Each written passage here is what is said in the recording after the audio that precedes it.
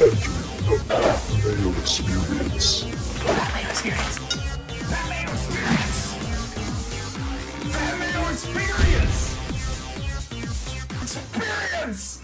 Welcome to the Pat Mayo Experience, presented by DraftKings. 2021 Week 7 picks against the spread, Survivor selections, free money teasers or money line parlays that might actually win with the pace that it's going on this year, plus a Cust Corner mini halfway through the show. I want to remind everyone out there to smash the like button, time code everything that you enjoy in the comment section to help us prepare the best of the year. But most importantly right now is subscribe to Mayo Media Network. If you have not done that yet, please, we're on the push for 30,000 subs. We would like to get there sooner rather than later. And if you have not done that yet, with your help, we can do that as soon as possible. And if you ever want this show early, subscribe to the Mayo Media newsletter. The link is in the description for that right now. Free to join. You'll get the show sent to you on Tuesday evenings, well before everyone else. Listeners League link for DraftKings is down there as well, plus a bunch of other stuff. Geoff Fienberg is on the show. Geoff, I am in an uncharacteristically good mood on a Tuesday afternoon. How many minutes into the show until you think my mood changes? I'm going to do my best not to interrupt you, so I'm going to play no part in doing that, but I'm in a good mood as well. It's a beautiful Tuesday. I hate to sometimes agree with Tim, but this is like my optimal weather. We're back to hoodie season. It's still on the cusp of hoodie and short season. It can still live in some parts. So I'm in a good place. I'm actually going to play golf on Wednesday morning, and I went and looked at the weather. I was like, man, this is bordering on getting too cold for me. Golf is not fun. I'm not one of these people that listen, I'm just very soft and doughy in general, but when it's like too hot or cold, I'm really not one of those people that need it, especially off like a summer where it seems like you played a ton. It's such a hard game for me to begin with, as it is for most people, that add the layer of uncomfortable to it, be it sweltering heat or now I'm cold. For as how much I love it, playing golf uncomfortable might be one of the worst things in the world. I completely agree. If it starts to rain and I'm mostly through my round, or I just not feeling anymore, it's like, yeah, that's it for me. I don't want to play I didn't come out here to walk around in the rain. That's not really what I'm up to. I'm not serious enough at golf to really go through that. But if you're looking for golf picks for this week, check out Mayo Media Network. You got Fantasy Golf Degenerates, the Euro Show, and Geoff and I will even be doing a little mini pick segment for the Zozo Championship. But it's time to get to the rest of the crew. The loser of the week is not who you expect. It is the coin. The coin lost last week. Geoff and I tied for second, meaning in first place for the week 6 picks with a record of 9-5. It was Tim Undercust. Tim Undercust. That's not my name, but I will join in with you two gents by saying that I too am in a very happy mood here on a Tuesday. So I'm feeling ebullient and happy today. Is that because you just laid out a path how the Jets make the playoffs again 1 week after being like, oh no, it's all over? We'll come on to that when we come on to that. But I'm in a good mood. I don't know what to say. The weather is great at this time of year. Geoff's right. I love it. Another couple of weeks, the clocks go back and it gets even darker earlier. This is a great time of year, and I'm very excited. So, I mean, we kind of litigate this every single year. However, the moment it starts getting dark by the time that I start recording this show, I mean, it's pretty depressing stuff. I mean, if you're like a depressed person to begin with, of course, being dark at 4:30 in the afternoon is probably where you want to be. I want it to be light out till 10 p.m. and I want it to be 35 degrees Celsius at all times. That is my ideal weather. So I should probably just move close to the equator. I was going to say, you might as well move to Brazil then, or somewhere situated on the equator, because in this part of the world, that doesn't happen. And I'm looking forward to that big bear hug that is a 4:45 sunset. I'm excited. It's a tough scene out there. So to recap last week, let's see here. Geoff and I both went 8-6. Cust went 9-5. The coin went 5-9. First losing week in a while for the coin. Geoff and the coin are tied for the overall lead for the season at 48-45. Tim and I are tied at 47-46. Everyone batting above 500 which I think is the first time ever that's happened. Not well above 500, but above 500 nonetheless. Geoff got the Carolina Panthers wrong as his super lock. He drops to 4-2. Cust got Les Titans correct on Monday evening at +5.5. He goes to 2-4, and I skate by again with what some might call the luckiest cover of all time. I wouldn't, as we will probably get into that, with the Dallas Cowboys. 5-1 for the year on super locks. I'm rolling well with that so far this season. Geoff and I stay alive in Survivor. Obviously, Tim is out, and the Miami Dolphins ruined Tim's moneyline parlay before the day even began on Sunday, Tim. When we were at the gym together. We're gym buddies on Sunday now.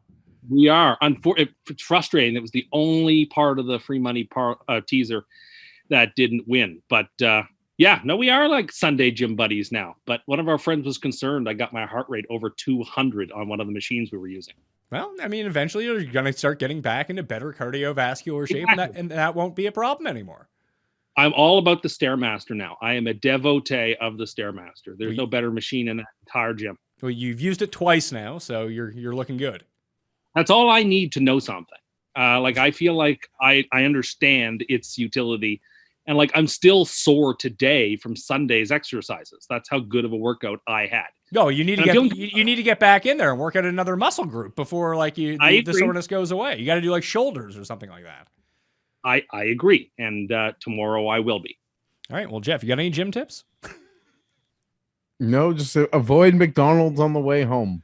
Tim went to McDonald's, but just got coffees for us though. Yes, indeed, just coffees, and the vast majority of my trips in the last week have just been coffees and DCs, 90% plus. That's what they've been. So $3 diet soda. Tim too rich.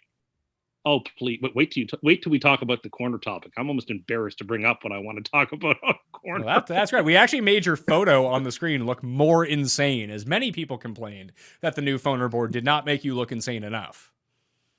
Fine, whatever. I'm doing a great job with this season, proving that I am squarely in third place behind Geoff and Cam in the insane person ranking. So if you're trying to goose the numbers by putting that photo up, go ahead. It doesn't bother me. No, this was explained to me pretty well, is that Geoff is not insane. Geoff is passionate. So his passion comes through, and some people might read that as crazy, but it's not. He's just a very passionate individual. And yes, Cam is insane, but he's a fun insane. You're insane, but it's like a Norman Bates insane. No, it's not. That's that. Again, I think I would know if I were insane. Tim also takes he doesn't read the tweets well. If someone is literally joking with him and labeling him less insane than Camerai, he takes it 100% at face value. 100% of the time. He can't read the room in many instances when he's not even being complimented. So he runs with that. Yes, it's a useful thing for me to use at that time to bolster my argument. You're right. Yeah, but the fact that you keep dwelling on it is not helping your argument whatsoever. People know that you're the insane person. We'll see. And here's something to go counteract that, though. What is your McDonald's spend up to, number-wise, through McDonald's Monopoly so far? Because I think that people will be surprised, not as high as it seems. No, I cracked 200 today.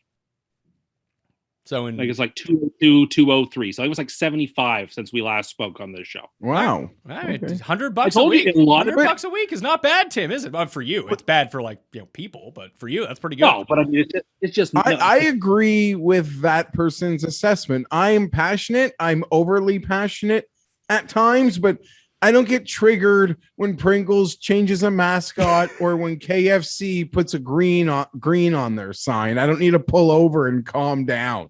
What about when J-Ro has got a photo being taken of him playing with his sons, but the Morgan Stanley logo is clearly visible, and you have a meltdown about that on Twitter? That's literally an internet bit that I like having fun with, and I'm living the bit now. Justin Rose are living the bit.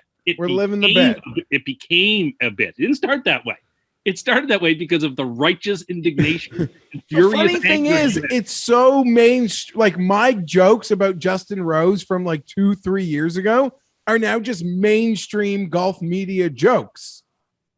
I also think people have forgotten the whole story arc of the 2020 season, where you went through, I'm only going to buy 1 or 2 Herbert cards, to having so many boxes full of Herbert cards. You can give them away for free to people on the show. Like that, there was Listen, the whole crazy.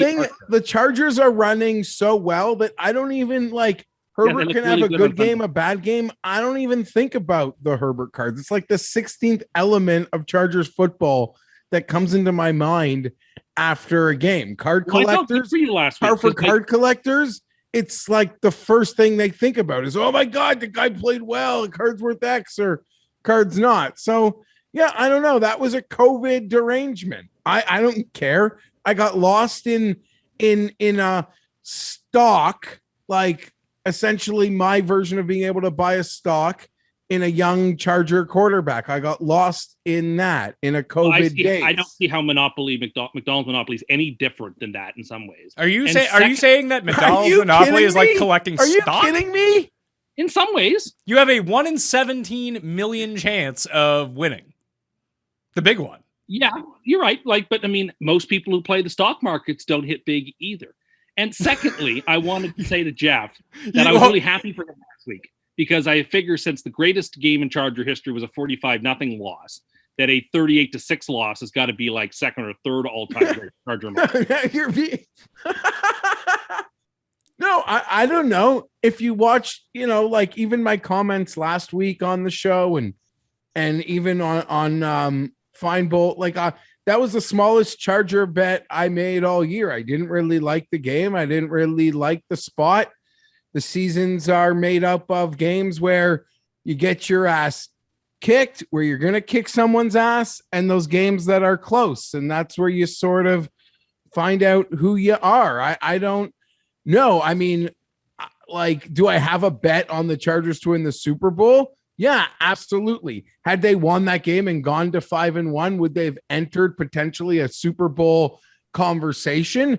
Of course, that would have been fun. I would have enjoyed that, but the Chargers, hold on. The Chargers are 100% in line with what I thought their season could be. And we're very much on that path. And they got their ass kicked by a very good team before their bye week. And their only 2 losses are to 5-1 football teams. And you could hear me break down the first part of the season on Fine Bolt this week, but you can't bring me down on the Chargers. Chargers football's in an absolute great place.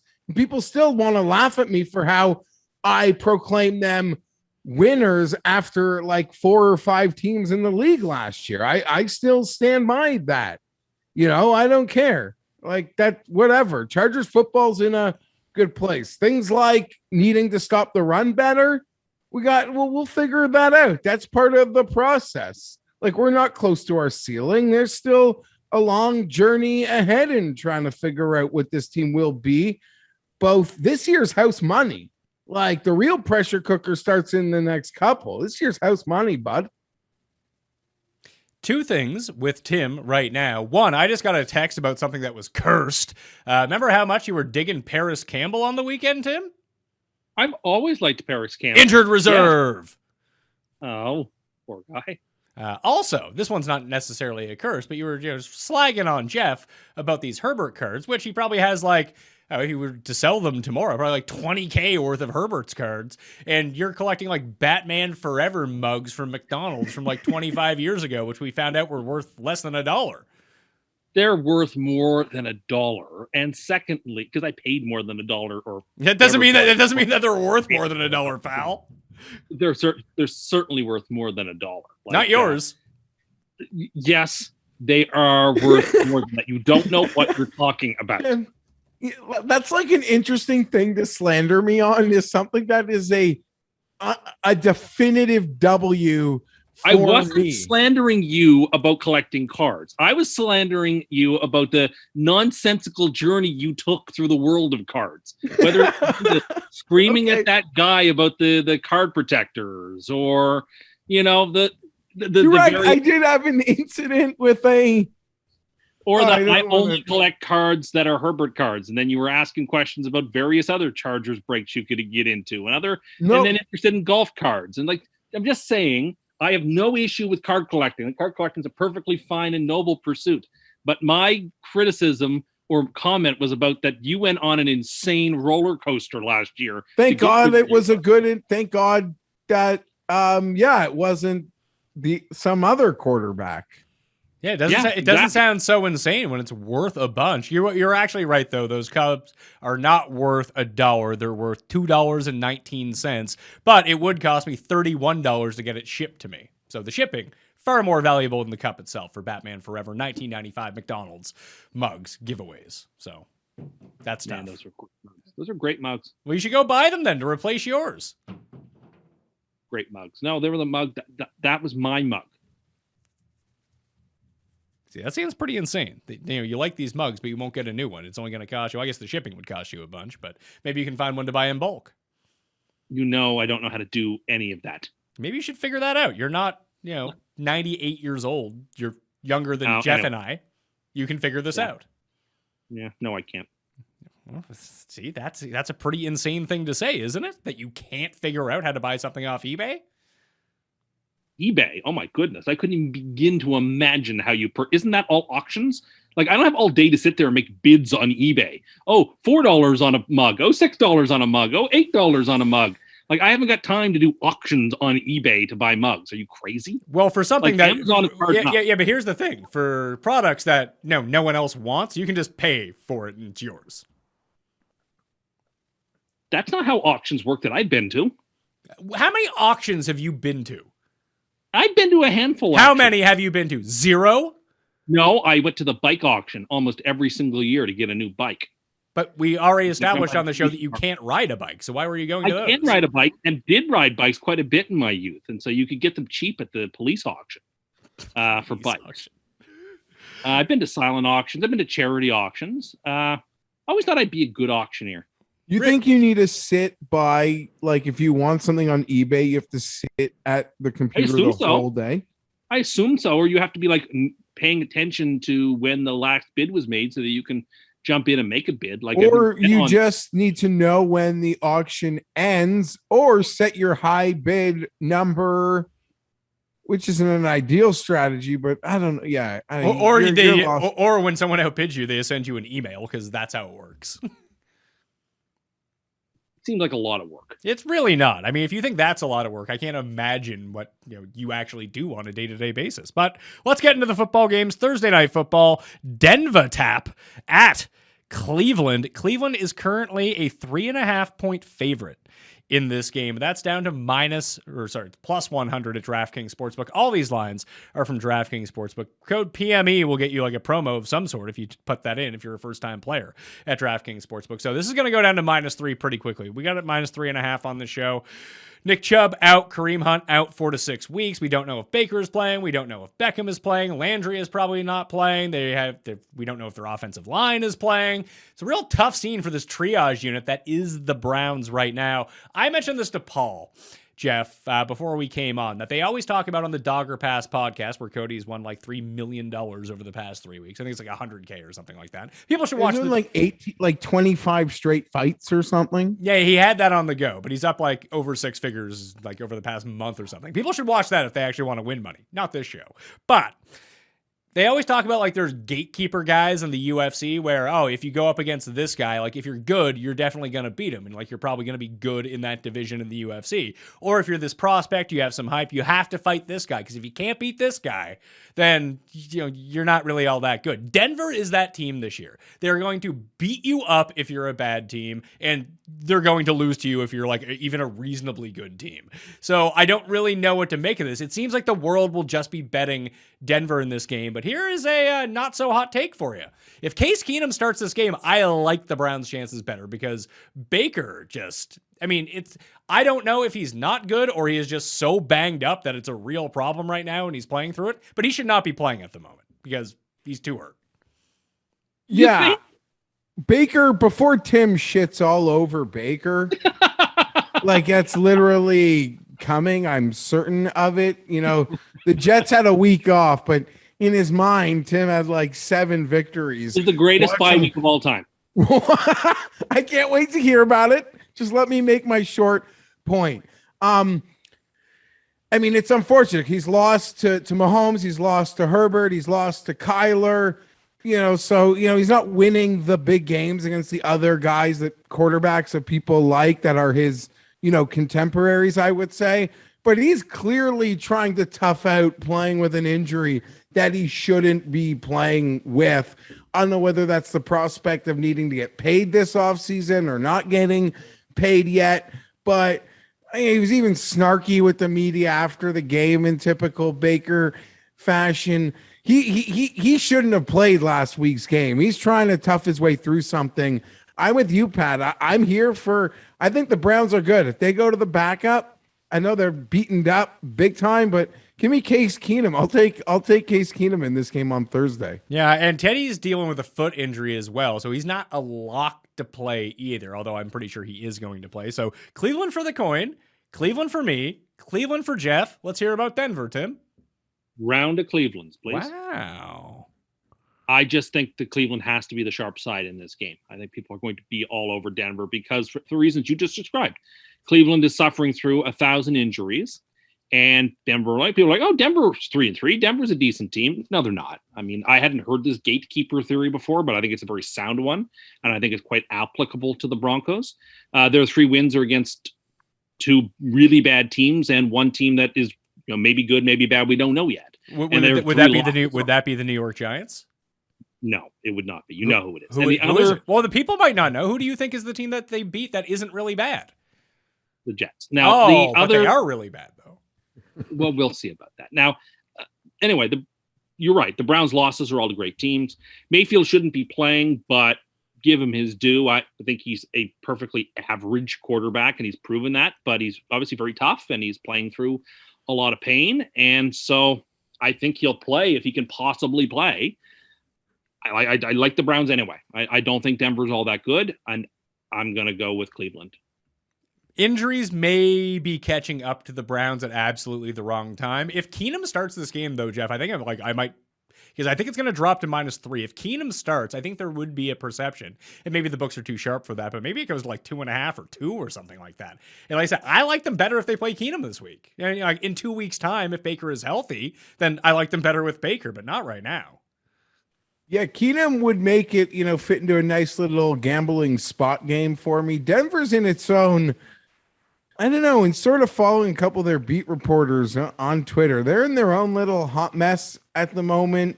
They're all it seems like Fangio's certainly going to be on the way out at the end of the season. I don't know. They've been beaten up by the injury bug also.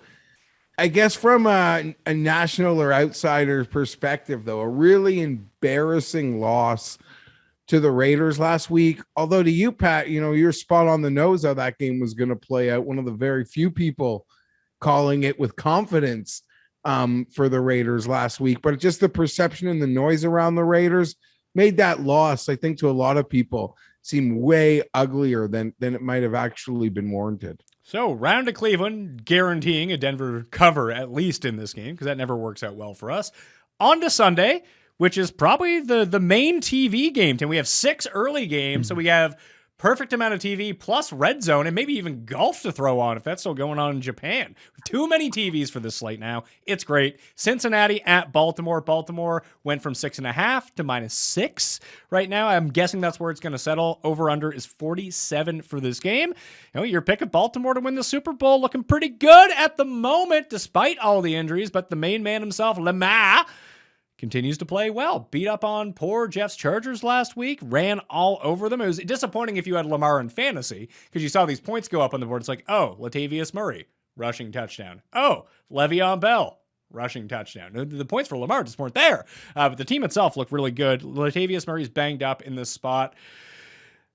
I mean, I'm going to take Cincinnati because I like picking against Baltimore. I think it's good for the show. I don't know if I'm going to bet Cincinnati, but I think that, we talked about Cincinnati last week versus Detroit. And I remember telling this to Cam, Pizzola and I, the one thing that we got right last week, collectively, was Cincinnati's good, Detroit's bad. Now, Baltimore's good, but I don't know how good to mediocre Cincinnati is. They might be better than we think they are because their defense, well, not great by any stretch, is not an absolute sieve like we thought it was going to be either. So I think this offense can score points on Baltimore because they're bad on the back end.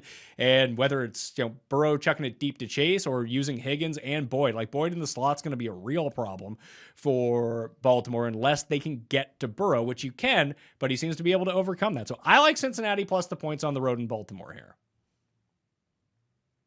I like the Ravens, perhaps unsurprisingly, and we're gonna tease the Ravens down. We're gonna tease them down 7 points because they're the first part of a 6-team 7-point teaser this week. That's free money. Teasing through 0. All right.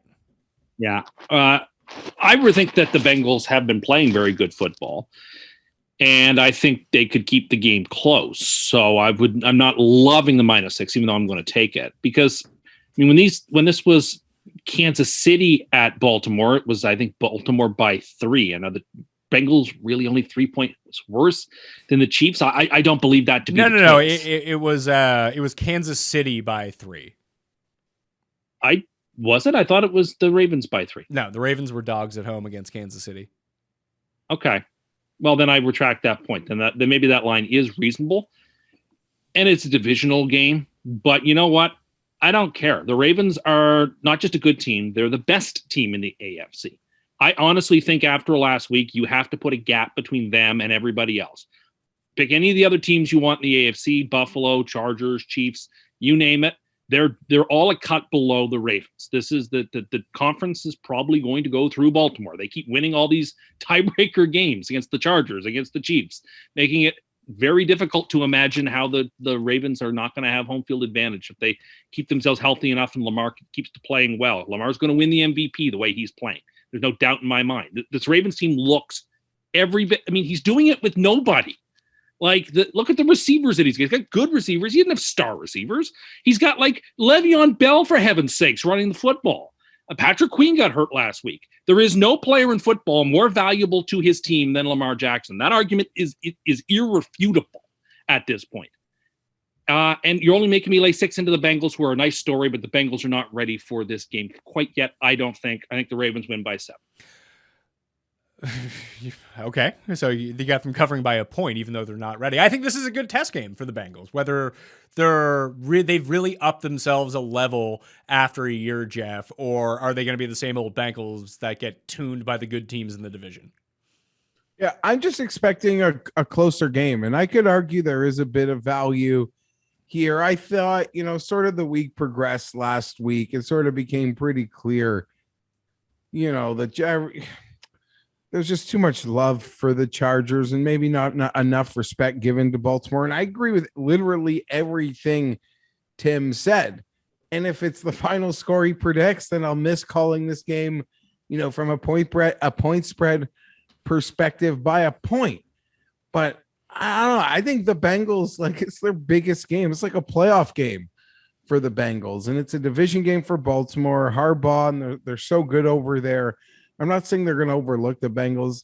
I just got a feeling off a blowout for the Ravens.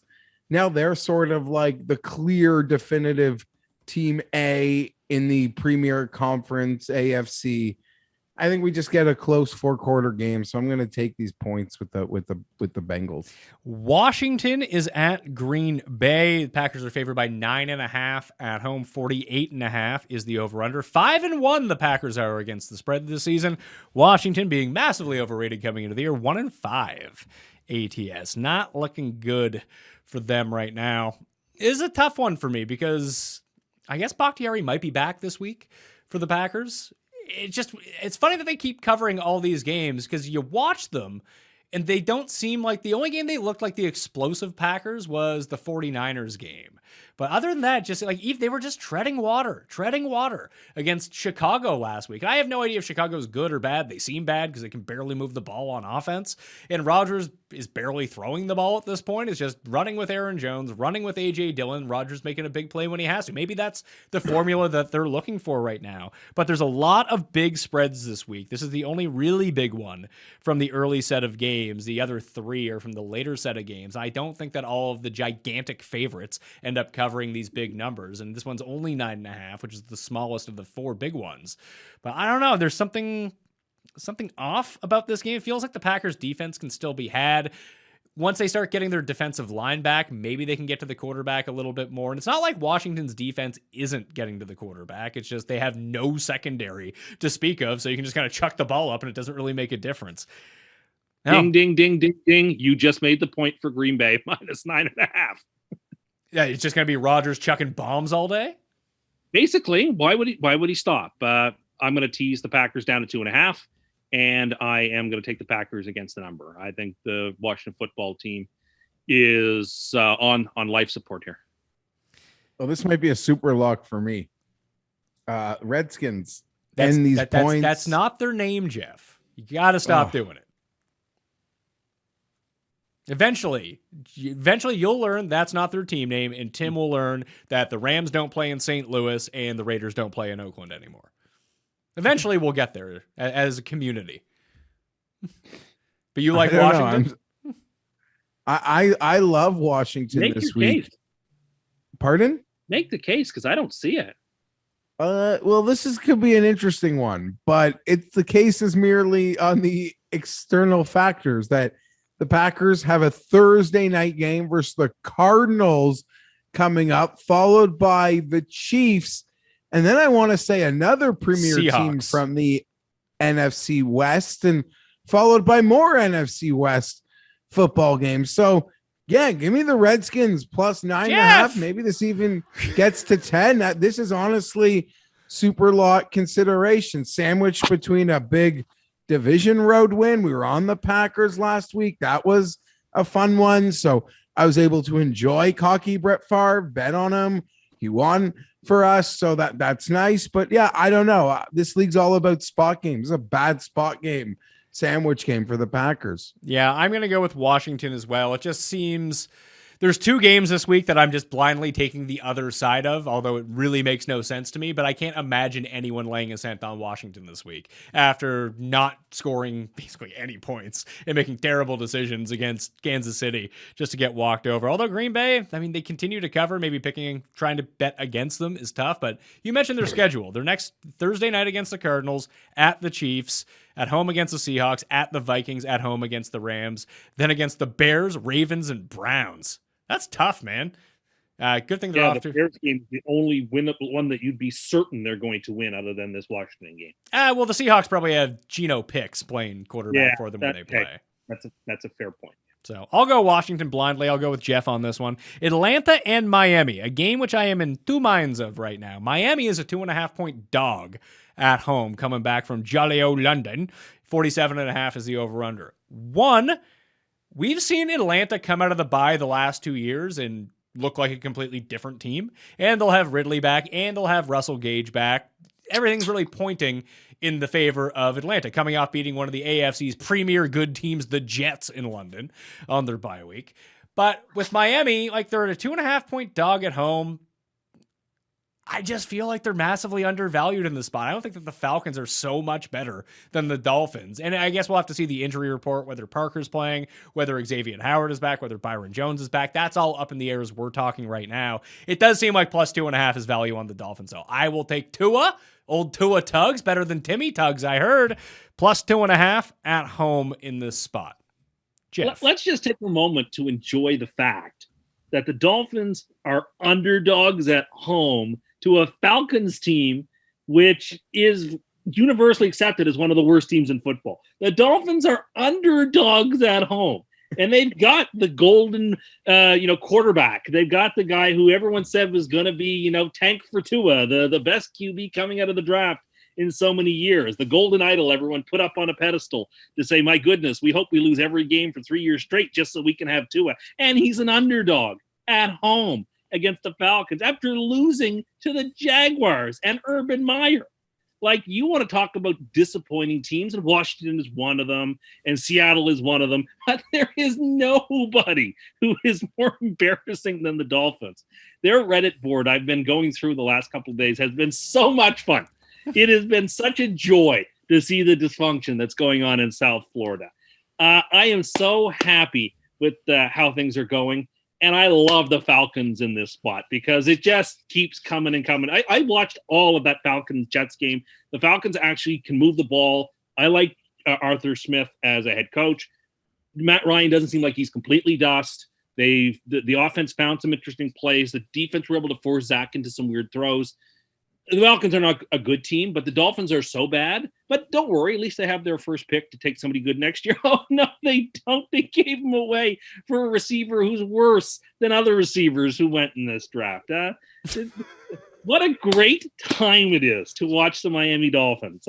I'm so happy. I just this is like nectar. This is like ambrosia from the gods, and I'm so happy to be consuming it. And now I'll stop and I'll let Geoff take his victory lap too. I just know. Hold on, Geoff. Hold on. Tua coming back from injury ends up on Tim's money line free money parlay because the Dolphins definitely going to beat the Jags. Geoff and I go against Miami because they're wildly under-cursed. They lose the game. We end up winning money on Jacksonville over in London last week. Also, how the Atlanta is so bad, and it's hilarious that they're favorites against Miami. Atlanta just beat the Jets, who apparently are a good team. Well, yeah, that was a weird London game, though.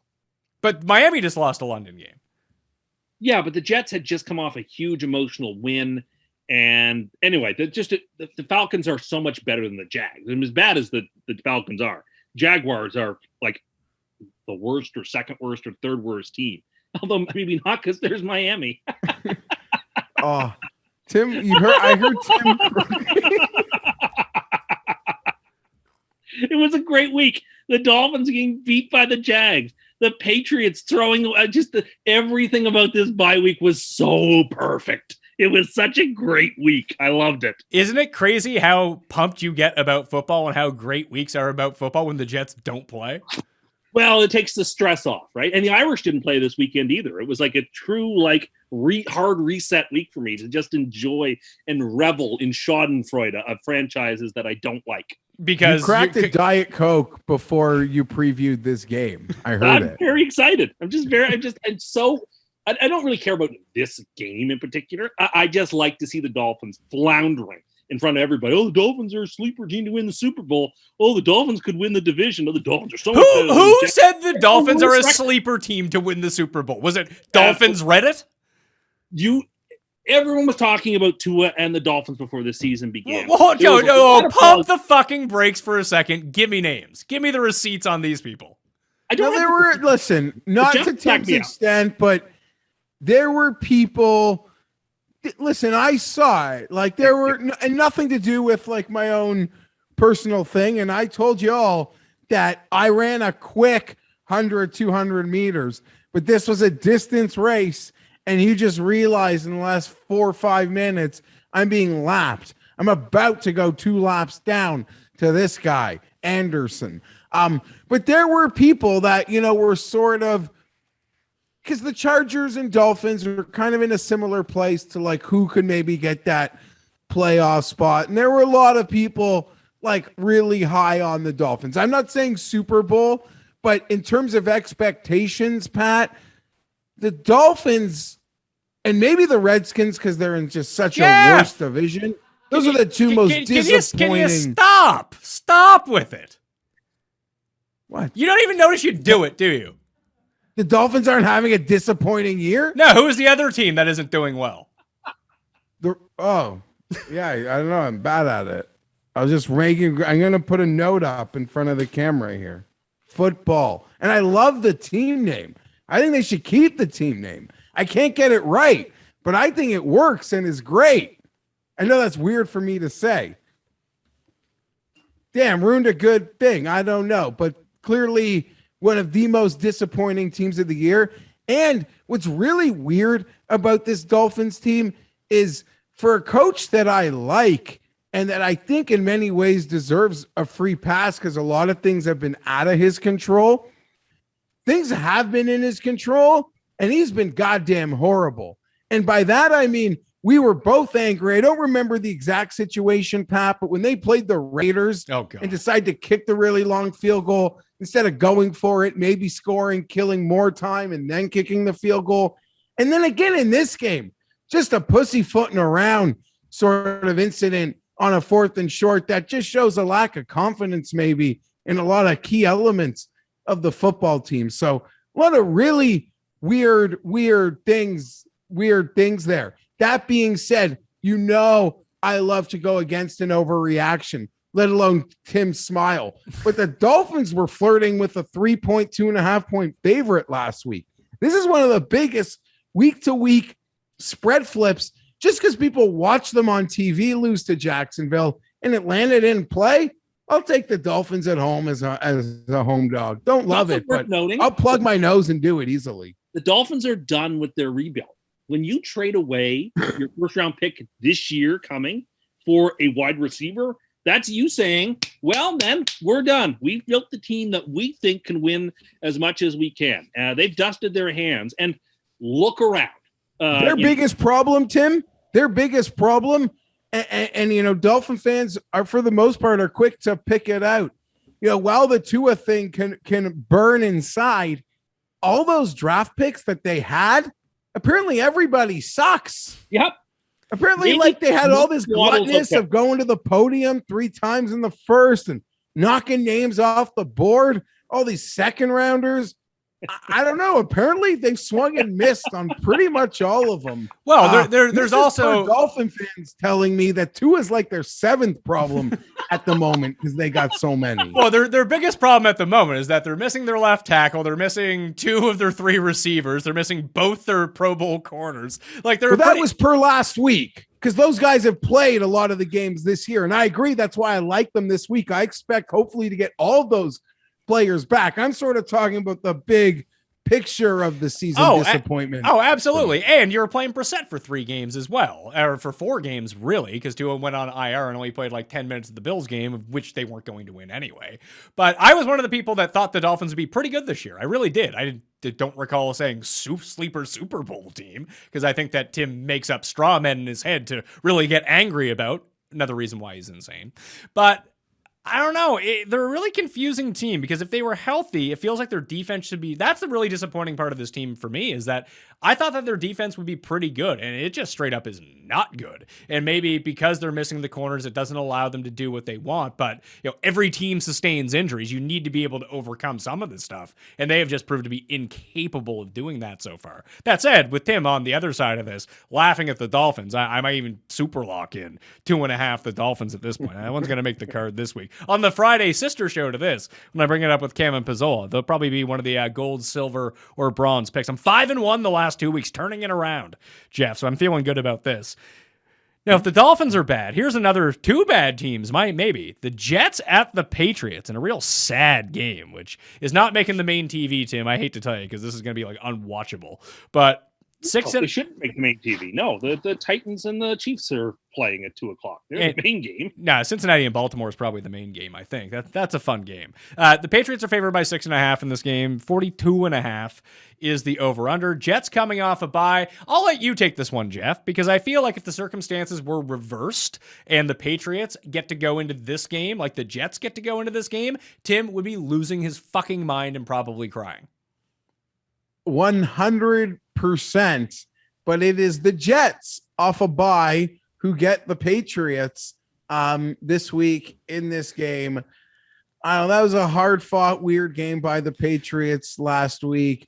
Tim is again started to use that P word, which means you just anytime Tim mentions a Jets resurgence with the playoffs, you just auto bet the other side. I'm telling you, that's 8-0 lifetime since I've known Tim. Hold on. Successful. Hold on. Remember when he called that one game the bye before the bye, then they got shut out? So Patriots off a bye. It's a touchdown. I'd lay up to 10. Give me the Patriots. Before we let Tim go on his path to the playoffs for the Jets, before we do that, I had it. Now I lost it. What was it? Damn. Oh, no, it was the Patriots. I have never watched a game, especially involving New England, where they simultaneously should have won and also lost by 30 points. I feel like although Dallas covered in the craziest way possible, and they didn't deserve to cover that game, they beat the shit out of them. The entire game, I couldn't understand how that game was close. Yeah, but those of us who took the Patriots in that game did it because that's precisely what we figured was going to happen. weirdness, nonsense, McCarthy getting involved in the game, crazy stuff breaking New England's way. And then like, that's why I liked New England so much last week, was because I kind of thought that sort of weirdness was going to manifest itself. And so it did, but in the end, hey, what's the difference? Like Dallas covered. So it is what it is. So I'm going to take New England -6.5 as well in this spot. Maybe Zoomer Zach improves from the last time he played the Patriots, but it just doesn't seem like enough points, especially at home for the Patriots. So Tim, lay out this map to the playoffs for the Jets. Hinge game, I heard. Well, yeah, I mean, look, I mean, I'm not over exuberant about this, and it doesn't come across in texts, I don't think, adequately. So let me take the sort of time I have here to sort of dilate on where I think things are going. So this game is going to be a very tough one, and it's going to be so very close. So the Jets are going to cover. I'm going to take the Jets against the number. I think, every now and then games come around that are like hinge games for a season. And I think this Jets-Patriots game is one, because that 7th playoff spot, I believe, is very, very available to basically every franchise that isn't the Dolphins, Jags, and Texans. I think anybody who isn't those 3 teams can get the last playoff spot because it's so soft out there. And you look at this game, okay, the Jets played the Patriots. They played terribly. They lost 25-6. Zach played as poorly as he could have. The Patriots have just gone through several weeks of exhausting losses against Tampa, having to throw everything in the world at the Texans just to eke past the Texans. Then having Dallas rip their heart out at home. The Patriots are 0-4 at home. Well, we go to Foxborough again. After 3 exhausting games, 2 tough losses, and a win that was almost as bad as a loss, if you think about it, we come to this game where there's just no juice with the Patriots. They seem like this year that could have been decent for them, every coin flip has gone against them. Going back to the first game of the year where they lost to the Dolphins because they fumbled. So the Patriots have just been replete with bad luck. You have the Jets, who are coming off a bye, who have taken time to, again, they've had 2 weeks to look at this Patriots tape. And I mean, the Patriots may not see the Jets as their biggest rival, but the Jets certainly see the Patriots as their biggest rival. And this is the game that Jets fans really want. And so I expect fully that they spent a ton of time prepping and getting ready for this game, thinking nothing but this game after that loss to the Falcons. So would you find it worrisome that a coaching staff would treat one game far more seriously than other games when you're a terrible team? No, but look, you've got to come off that bye with sort of panache and elan and knock somebody out. The chance to do that to the Patriots will be glorious. I'm not guaranteeing a victory here at all. I think it's going to be a very close run game. And I think the winner of this game has a real legitimate shot to go to the playoffs. Now, the Patriots case is easy enough. They'd be 3-4. You can get down the road with them. But let's look at the Jets. The next couple of games of theirs are pivotal. Patriots, Bengals, Colts. These are 3 of the teams they're going to be fighting with in a world where they're good enough to make the playoffs to get in with. Bengals, who are, right now the holders of that playoff spot. The Colts, who are right there, a game back, 2 games back of that. The Patriots, a game back of that. And then we have our mini bikes. That Colts game is on a Thursday before we get into the teeth of playing the Bills. And look, the Bills lost last week. So that means that the Jets, if they win this week, the Bills are on bye. We're only 2 games back in the division. God. And we have the Bills twice in front of us. Yeah, that's not good for the Jets. I'm not so sure the Emperor has a whole lot of clothes there in Buffalo, is my point. So I just see if the Jets can, and I think they can, beat the Patriots, they can beat the Bengals, they can beat the Colts, even though none of those are guarantees, and they're all tough games. But if we can win these 3 games, get to 4-4 and make the pivot at the mini bye, I think that this team is going to get in because it just has so much untapped talent. And Zach is so good, and he's the best QB in all of these games. And I'm very excited about what the future can hold. But we can lose any of them, and we can't lose any of them, or that will derail the season. So again, I'm not out here looking at Super Bowl tickets. I'm not out here crazily proclaiming that the Jets are the greatest. None of that. I'm being very circumspect, and I'm trying to be sort of calm about this.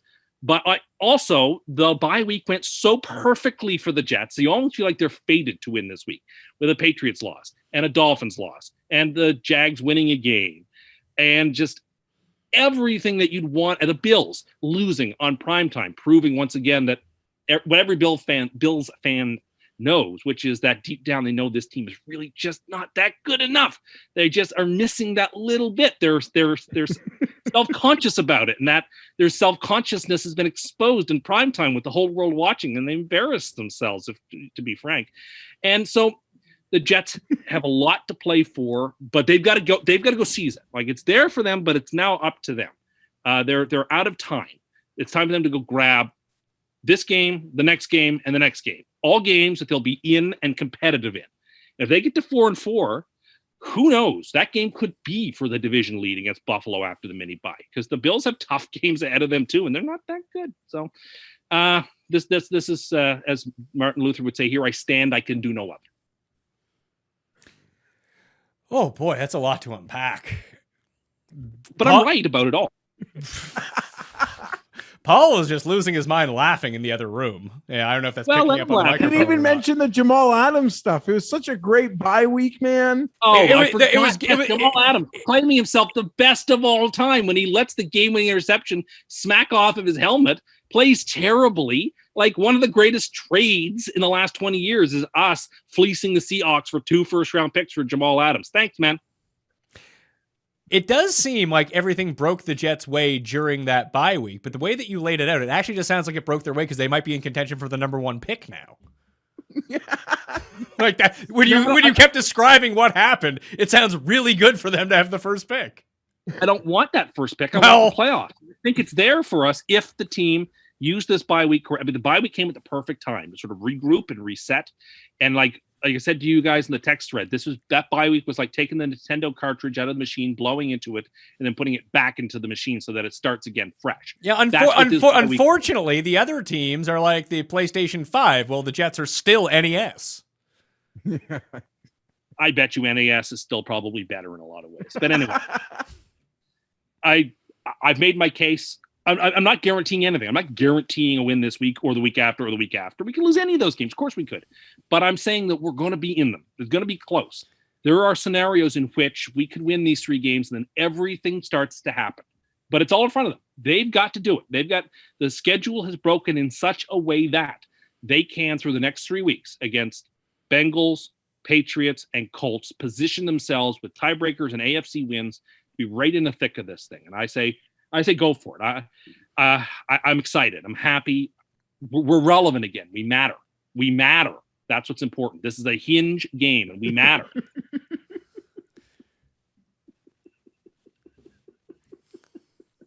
The Jets are 1-4, man. They just lost to Atlanta.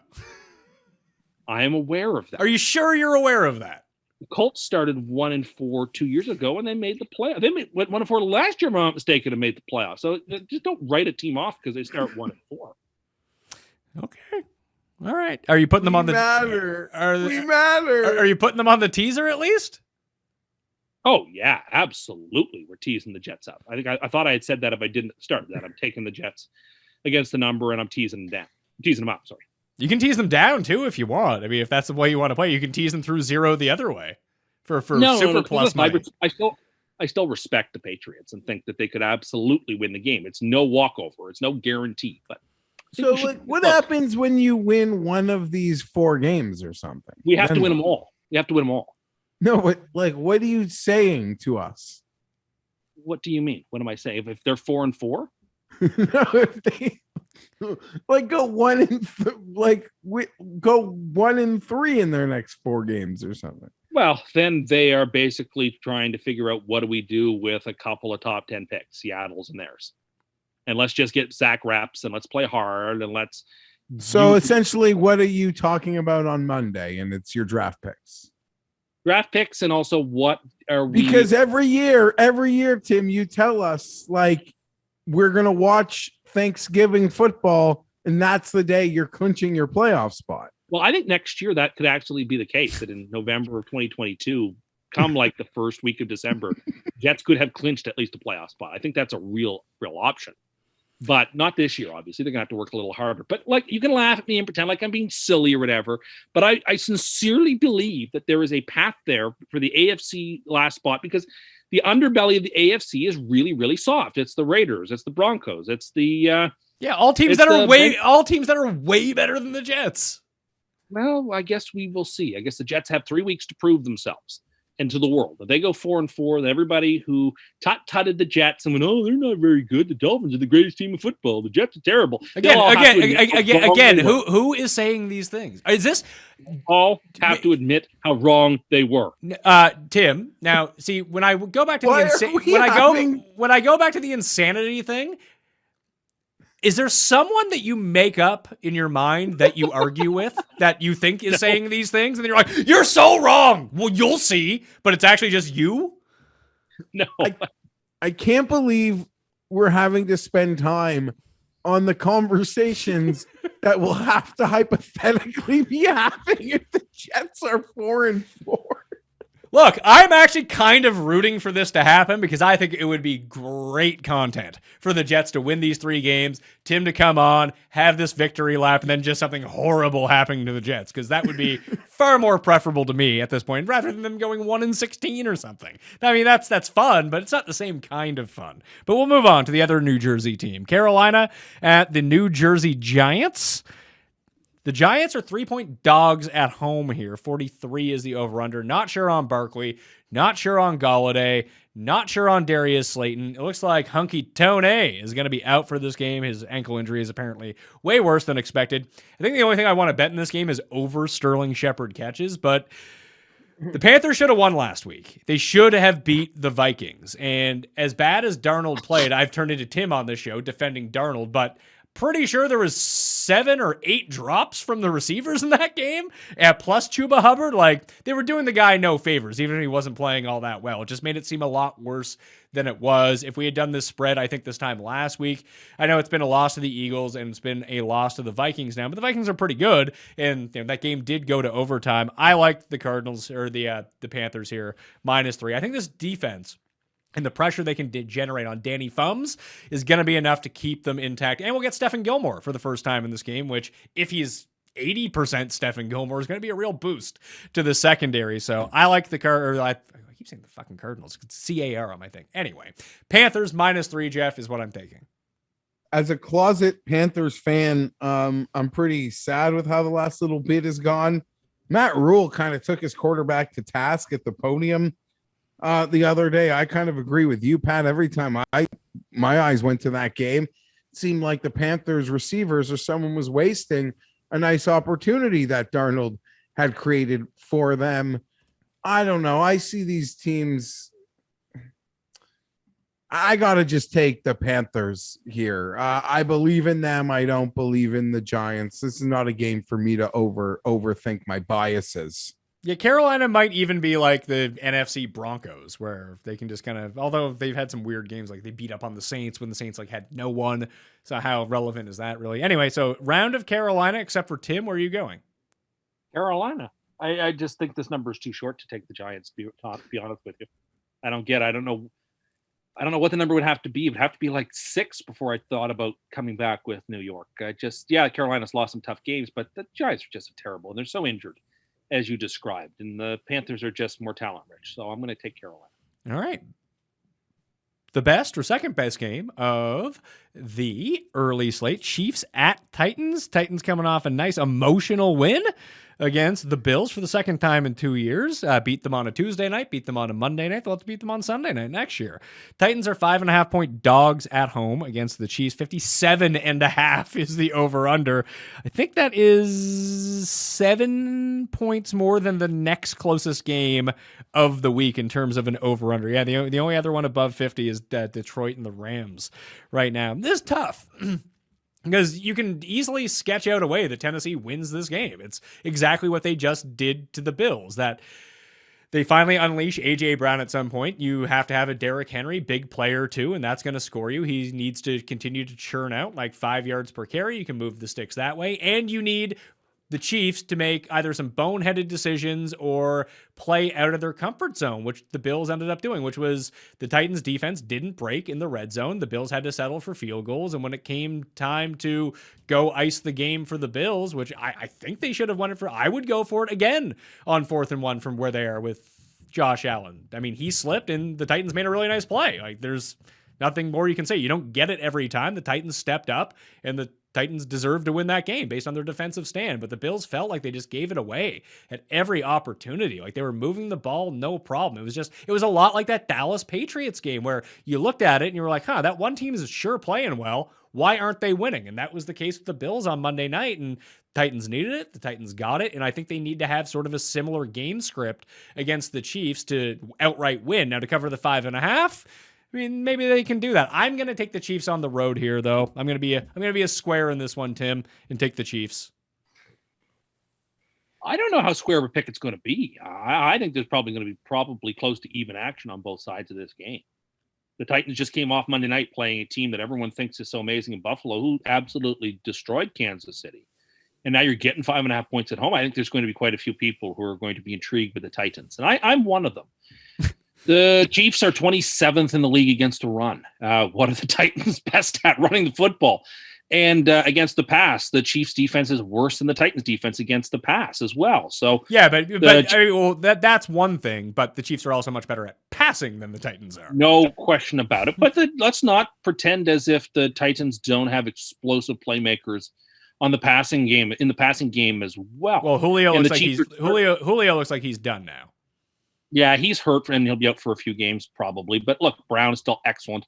The Chiefs cannot cover tight ends, and the Titans are not afraid to use Ferkser or Swaim. So I think it's going to be a very close game. I wouldn't be surprised if the Chiefs won this by 3, a classic Chiefs win but don't cover, which has been their MO for the last several months. And that's where I think this game will go. But I'll take the Titans against the number. I don't feel comfortable laying that kind of points with Tennessee and what is a very possible playoff preview in some way. There's a few things I'd like to talk about as it pertains to this situation. I like the Chiefs. I picked the Chiefs to cover. I've never been concerned about the Chiefs. They had some bad turnovers in the Charger game. Balls popped up. Their yards per play, their points per play in the Raven loss, like that was something to marvel at. That being said, the margin, like Chief fans thinking that they won a Super Bowl and they were going to be given triplets. Like, I'm happy to see a lot of cold water has been thrown on that. It's like, no, you won a Super Bowl.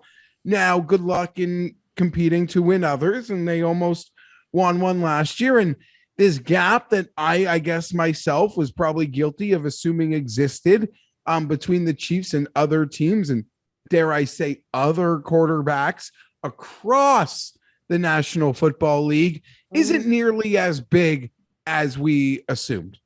Get that out of the way. The Bills tried to slow roll the clock last night and score perfectly, which, with as little to no time left as possible. And I really think they overplayed their hand in trying to be perfect, because once you get that game under a minute and you would be up 4 points, they can't run the ball anymore. They can't. They got to score a touchdown. So you could have made them one-dimensional, which would have made them easier to stop instead of trying to score with 14 seconds left. Because I think there were opportunities and they kept playing it conservative, and Vrabel, as he doesn't use his timeouts. He sort of left it to put the pressure on themselves. And yeah, Allen slipped. It is what it is. Is that the same Melvin Gordon goal line? I'm not sure. That being said, Vrabel likes to kick too many field goals. I don't think Vrabel has that Brandon Staley gene in him, which in the end will lead the Chiefs to maybe the game is close, as Tim suspects, and we all might think it will be. I just think in the end, the Chiefs get the extra score to get them the cover. Lastly, on the way out, I don't know. There's a lot of the Chiefs are so good and they're so great, but there's a lot of real negative energy around this team on multiple levels. And maybe, even when the Patriots were winning their first Super Bowl, they're a fun team to like and cheer for. And as they become great, you can pick holes in them, and maybe fairly or unfairly. I don't think these are unfair. They're an annoying team. What else we want to talk about? I guess that brings us to the midway point of the show, where we can now do a Cust Corner mini. Cust Corner, it's Cust Corner. Cust Corner, it's Cust Corner. He's got the hottest takes with the highest stakes. He should be president of the United States, but it's Cust Corner, it's Cust Corner. Cust Corner.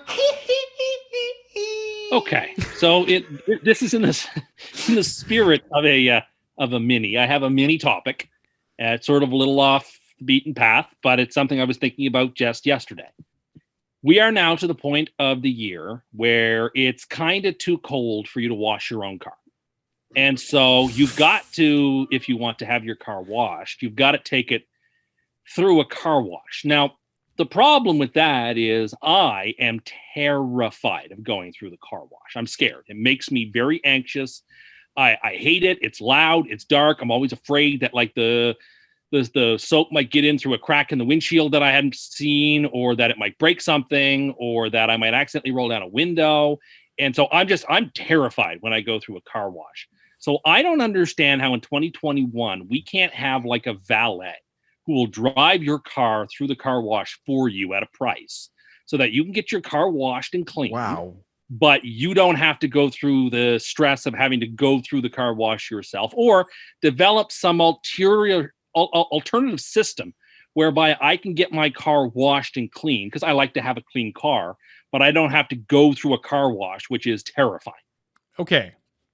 I'll wrap this up really quickly. Most people are not nuts like you, so there's no need for this service. 2, just bring your car to like a detailer. They'll wash the inside and outside for you. Just drop it off with them. Yeah, but I don't want to spend that kind of money. I just want like a quick. Well, what do you want? You want to pay someone to drive your car through the fucking car wash with you? It should be like $5 where I just give somebody. Why would anyone do this? How is that? And How is that a service which would be profitable for anyone?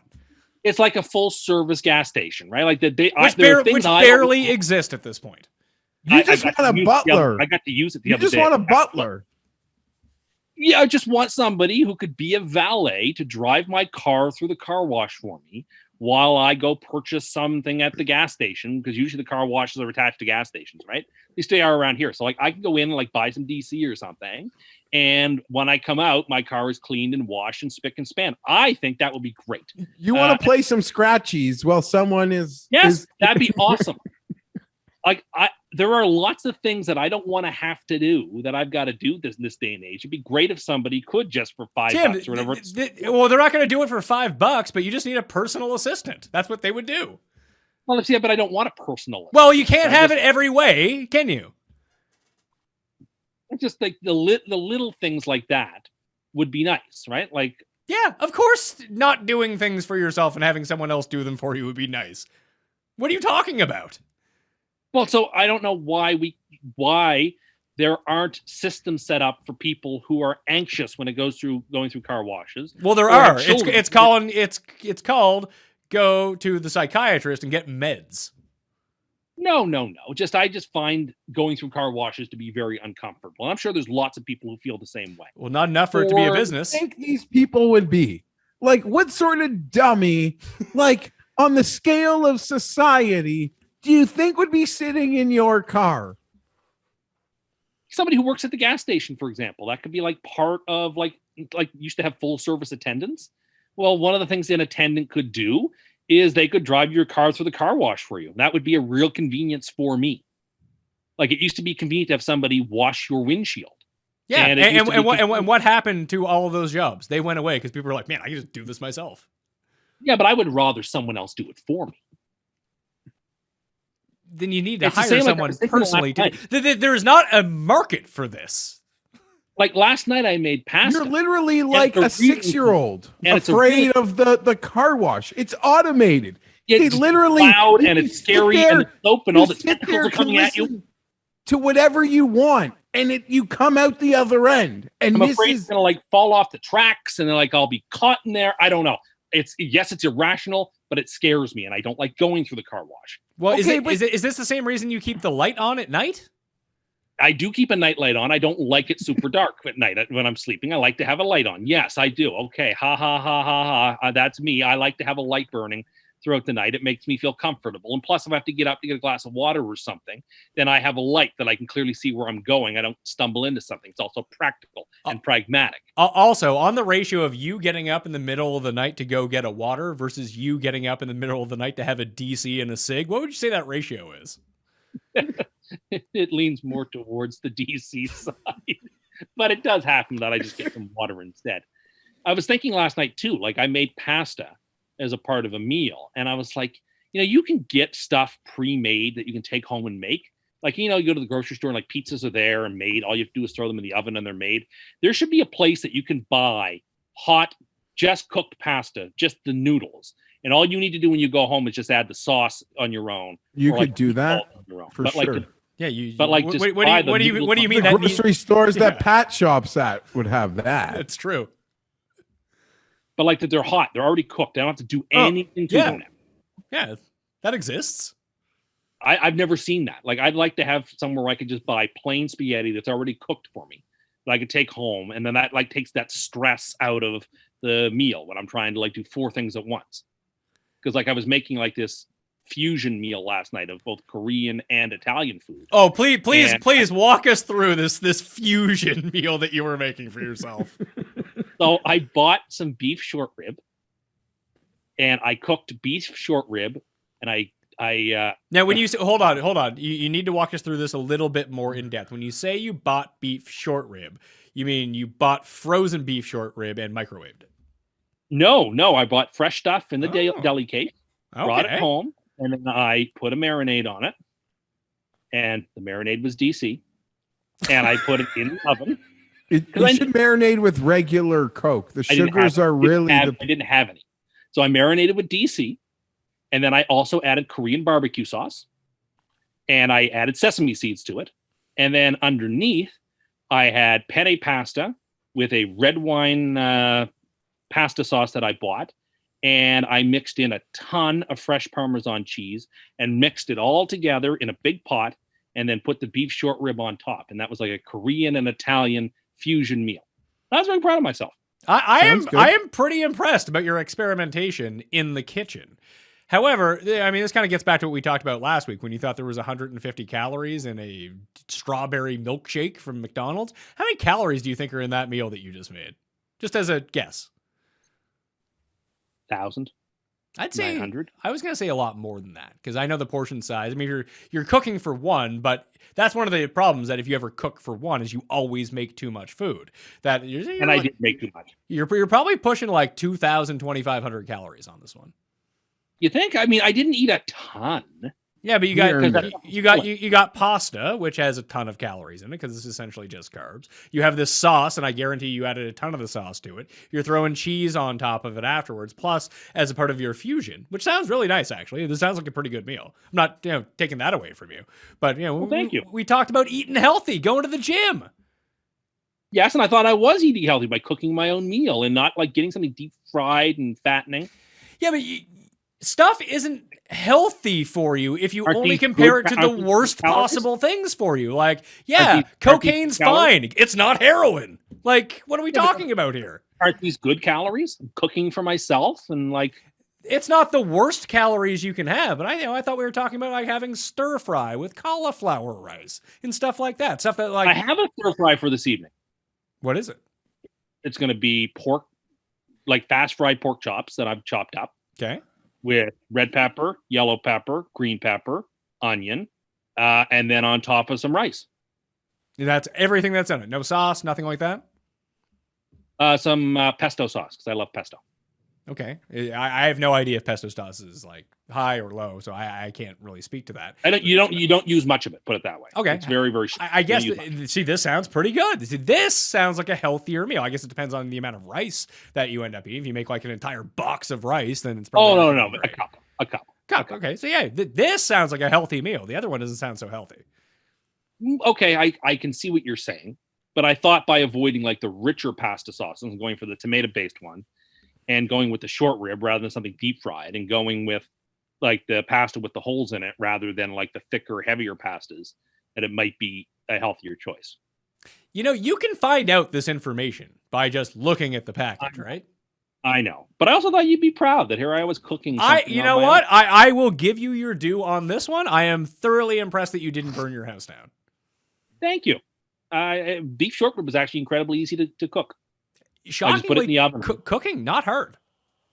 Well, some things are hard, but this was not hard. I was very impressed with myself that I was able to do this. I will say that most cooking is essentially just following a list of instructions. Yeah, I'm not much for following instructions when I cook. I sort of like try to wing it. Why?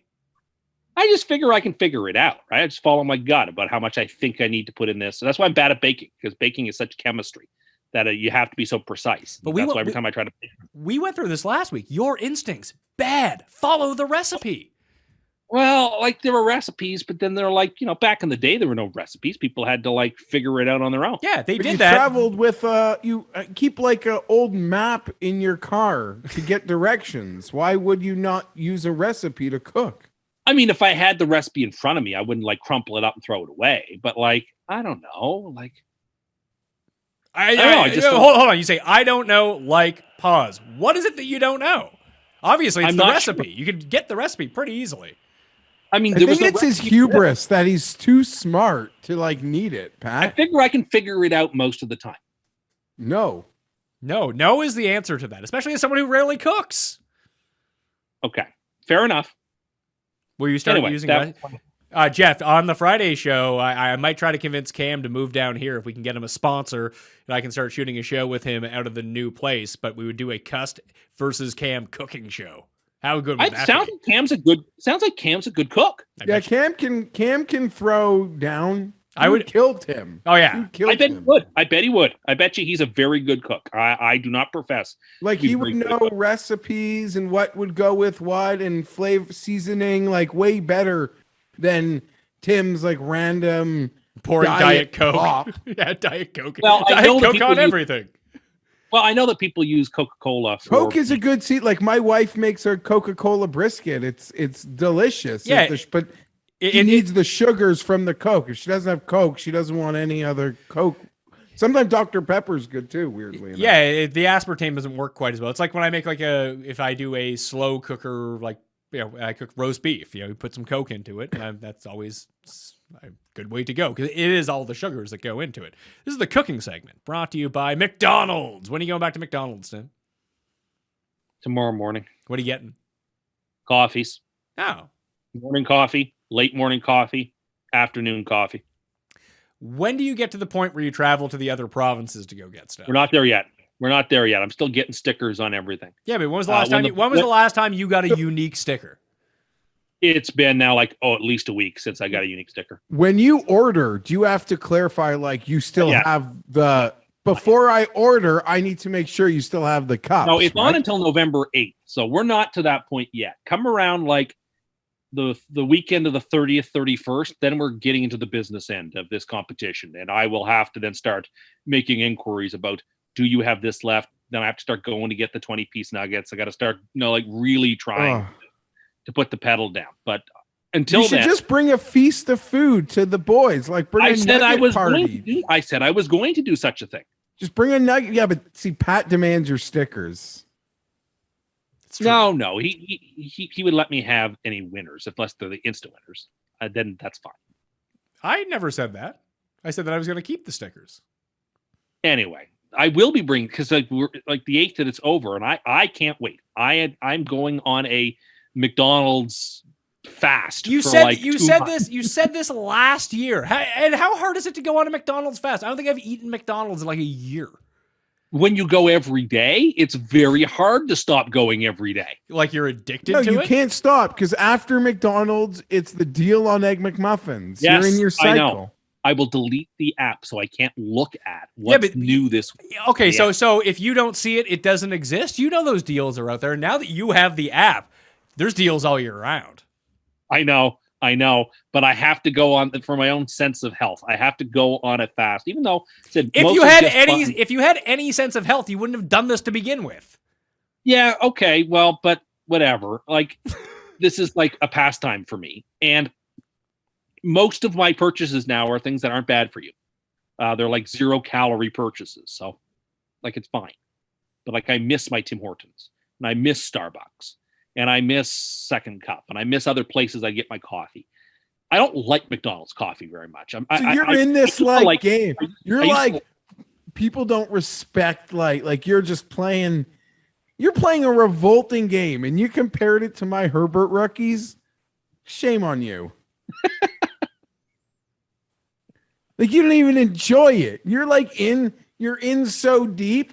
You got to keep like. Yes, I'm tired of McDonald's coffee. It's okay, but it's not that good. I miss that Tim Hortons hit. Well, Tim Hortons coffee is also pretty terrible. But it's about equivalent to McDonald's coffee. It's a fuller flavor and it's nostalgic and brings me back. You can't drink fucking nostalgia, you moron. Well, I can't. I love things are nostalgic to me, which is why I love them. Like being afraid. Is that why you have the nightlight? You're nostalgic for being afraid of the dark, like a 2-year-old?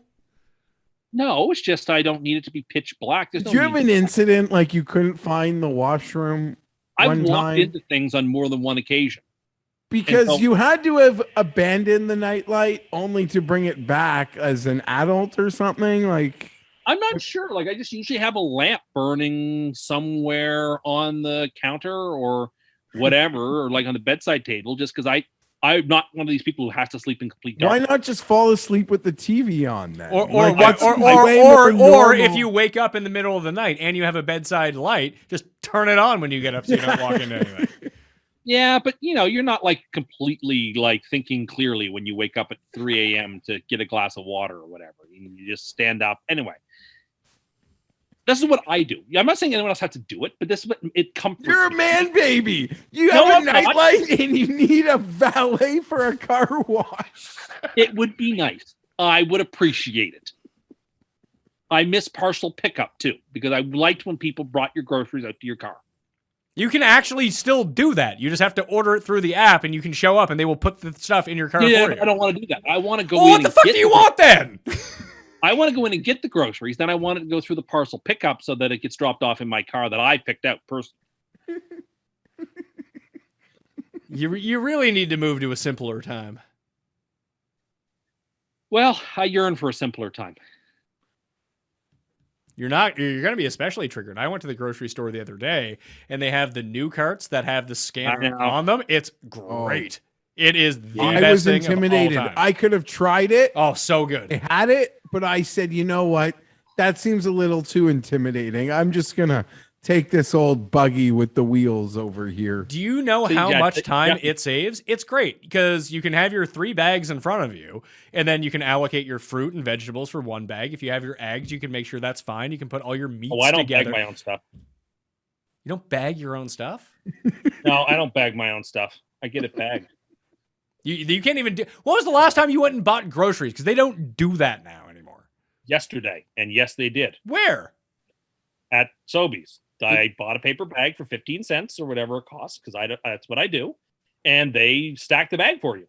Wow. They must know who you are. That's pretty good stuff. Because most people are like, here it is. Anyway, packing your own grocery bag, not that big of a deal. And the time that it saves you at checkout is astronomical. You save yourself like 10 to 15 minutes. What's 10 to 15 minutes? A lot. 10 to 15 minutes is a lot. That's not when your time is worthless like yours, I guess it's nothing. But my time is worth something. But listen, that gives me 10 or 15 more minutes to listen to a podcast, to just relax and not have to do something else. You're too anxious to go through a car wash, but you find it relaxing standing at a grocery store waiting for someone to bag your groceries. I like lines. I never minded lines. You like lines?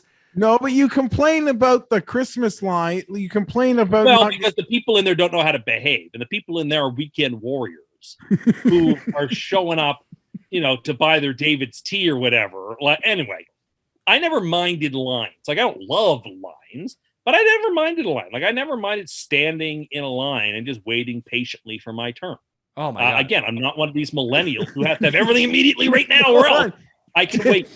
Once you're as often referred to standing in line as he enjoys the communal experience. Yes, and I can listen to a podcast and just you know what? You only come around this way once, and life is not about trying to rush through everything all the time. Yeah, I would prefer to do things that I want to do. Therefore, I can save time. I don't want to waste time doing the things that are a chore and awful that I need to do. I'd rather get out of there to go do something I enjoy to do. And I hate to tell you, standing in line isn't at the very top of my power rankings of things that I enjoy. Of course not. Of course not. But look, it builds character and patience. And No, it doesn't. It makes you a sap. There's two moves to do in a line. You either wait in a line like a loser, or you go to the front of the line and say, "Do you know who I am? Let me in right now." And when they inevitably say, "Sir, no," you don't have to go to that place anymore. It worked once. It was fantastic. This is a Wendy's. But like lines, I see a line in anywhere, like not going to this place. Done. Tim loves the DMV. Like, can't wait to go renew things. I don't mind it. I don't. Like, I don't love it, but I don't mind it because, again, I have some patience. You have a lot of time on your hands, it seems like. Well, I have the same amount of time as everybody else does, 24 hours in a day. It doesn't seem so. It seems like you just don't do anything. I do things. You have time. But again, you have time to waste. Rush. You have time to waste, it appears. Having patience is a virtue. You are on the same schedule as my grandmother, whose like big activity is leaving the house. Yeah, well, I've only been leaving the house some days to get DC. There we are.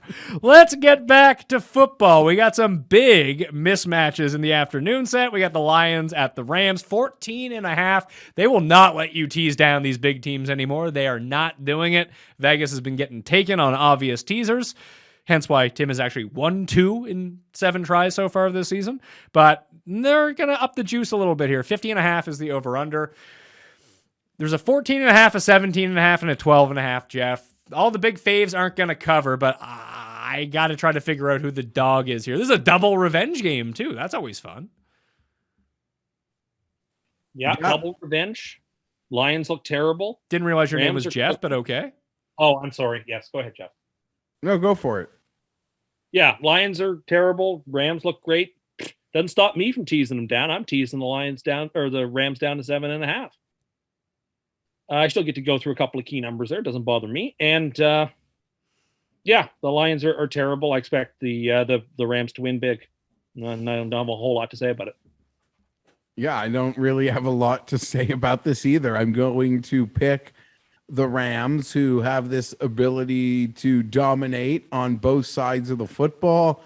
I think Stafford, McVay, players coach, offensive mind, he's going to allow this thing to he's just going to allow Stafford to just dominate, and they'll put on a show. The Lions, I don't know. They're raw. Apparently people in Detroit, like Anthony Lynn, is calling and scripting like good plays, but Jared Goff can't hit anybody wide open. So that, I guess, is a problem. They're so undermanned talent-wise on both sides of the ball. And the Rams are a team that are just gonna, it's not even about effort. They just got the horses to just whip you. Yeah, I'll go the Rams too. I don't like the Lions. I've been trying to pick on the Lions as much as possible. Although they are the kid. This is actually, you know what? I'm going to switch to Detroit. I'm going to take Detroit against the spread based on the, it's like we were watching the game this weekend, Tim. It's like, it's now Detroit time. There's 6 minutes left and they're down by 30. Here we go. Let's see if they can bring it back. They couldn't do it this week, but they've done it twice so far. I just feel like the Rams get up by so much and just, they don't care anymore. And then it's DeAndre Swift time when he scores all of his fantasy points when the game doesn't matter anymore. So I will take the plus 14.5 on Detroit. I would bet that this gets bigger by the time Sunday rolls along. Yeah, now that it's at 14.5, what's to stop it from getting to 16.5? Yeah. I just don't know if there's going to be much action on, someone lining up to bet the Rams minus 14.5. It's probably a teaser situation, like you said. Philly and Vegas. Vegas is favored by 3 at home, coming off a win against Denver. Both teams are 3-3 against the spread.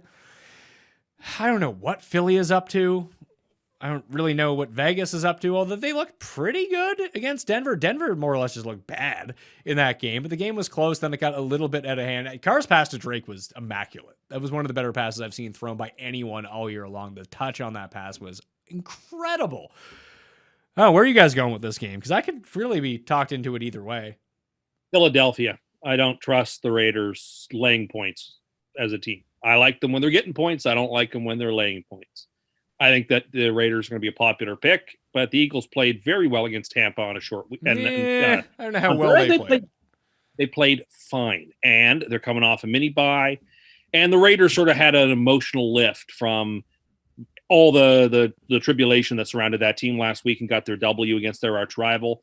Now at home, they're laying points. I don't know. It just seemed like the spot that a person should take Philadelphia. So that's what I'm going to do. I'm actually inclined. I'm inclined with this. This is a good spot for Philadelphia, I think.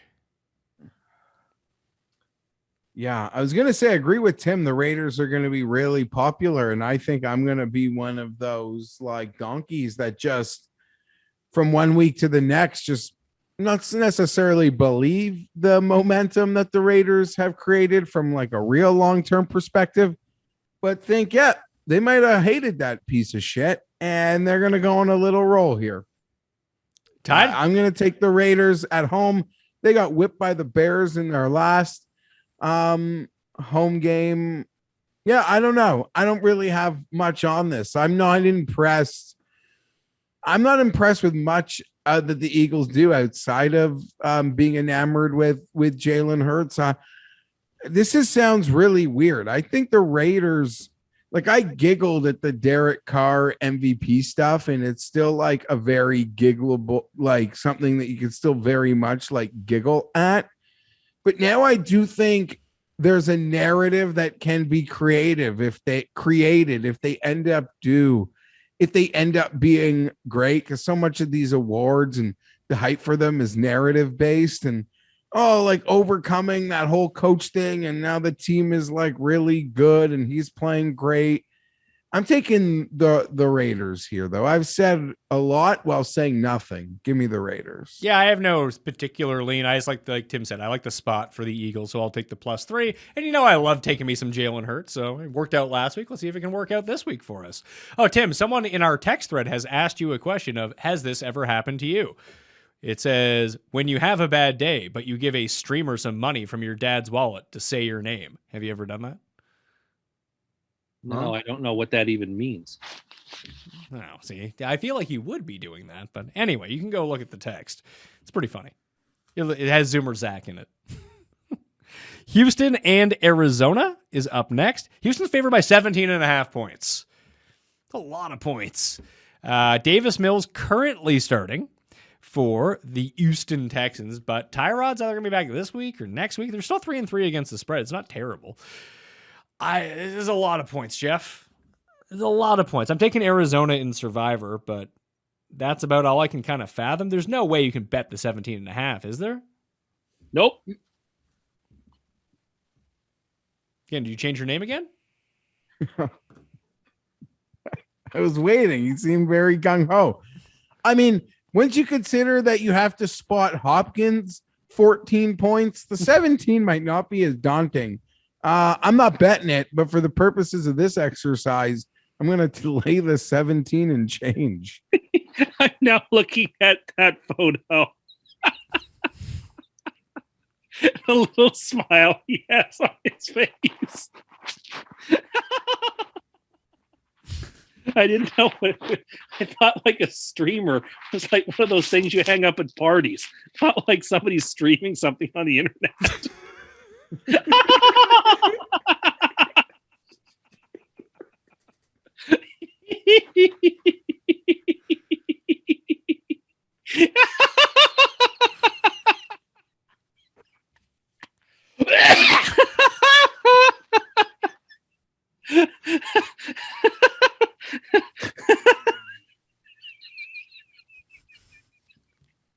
Oh my God, that's funny.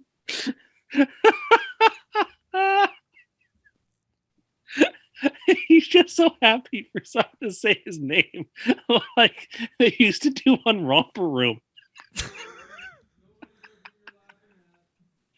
Okay, all right. What if you didn't pay them to say your name, but you paid them to say "Kettle me timbers"?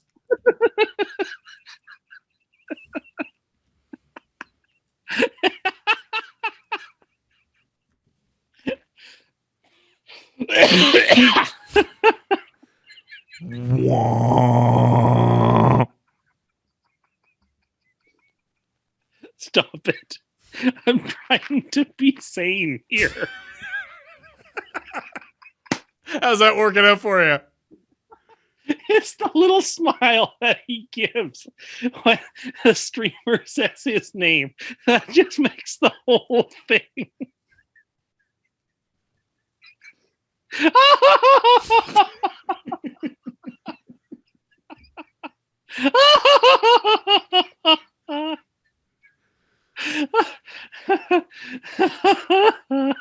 Quick, give us your pick in this game. What game are we talking about? Arizona, Houston. Okay. Cardinals, and we're teasing Whoa. Quick, give us your pick. the Cardinals and tease the Cardinals down, please. I think the Cardinals win it by 30 on the short list for Superlocks. Whew. Now you can eat that pasta with your fusion. I think you've burned off enough calories just giggling in the bathtub over there. I'm sorry. You brought it up. I didn't realize how funny it was going to be. I'll take Houston plus 17.5. Let's go. Chicago at Tampa Bay. Tampa Bay is favored by 12.5 at home against the Justin Fields-led Chicago Bears. 47.5 is the over-under. Like I said, I don't have a ton of interest in any of these big spread games, but I actually like the Bucs to cover this one in Southern Florida. Coming off the mini-bye, they might have everyone back. It seems like they intentionally rested guys against the Eagles last week just to get themselves healthy, and I feel like the Bucs run train on really bad teams at home, Geoff. I'm really embarrassed to say, but I'm just blindly taking all these big favorites. And once I sort of climbed on the first and the second, I don't know. Now I'm just going to take the third and hope I go sort of 2-1 with the monster favorites in the afternoon. It also makes the decision easier because I don't really have much of a case to make on the other side here with Chicago. Tampa looks just dominant in so many ways, despite getting backdoored last week. They seem to just be able to, Brady's just dissecting you at the line of scrimmage. They don't let you run the ball. Tampa. Tim? I like Tampa.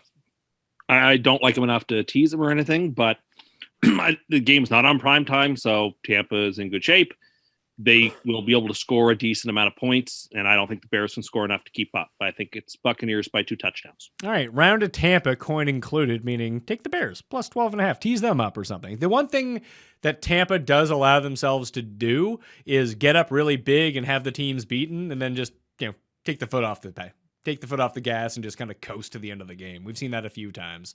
And then maybe they'll score a few touchdowns to get it back at the end. But they seem to have this lull immediately after they get up by a bunch where it seems like they become disinterested in playing football then. So that'd be the one case for Chicago, I guess. Or Fields just runs around a whole bunch and they can't tackle him. I don't know. Sunday night, Indy and... Are you still laughing? I'm sorry. I thought I was muted.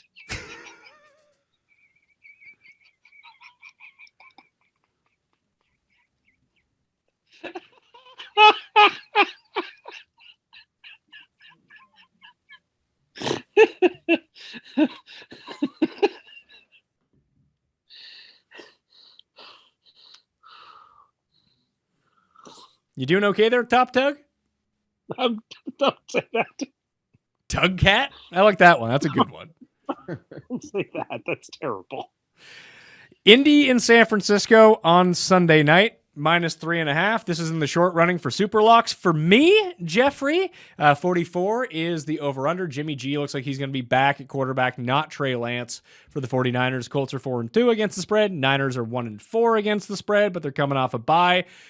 Call me crazy, Geoff, but I am not super impressed that the Colts were able to beat the Texans and the Jags, or the Dolphins and the Jags, was it? Or the Dolphins and the Texans. Whoever it is. They gave Baltimore a good game on Monday night in a weird spot, then still blew it anyway, and they wouldn't have covered this number. I think San Francisco is getting healthier. I think that San Francisco is way better. I love San Francisco here. Give me San Francisco.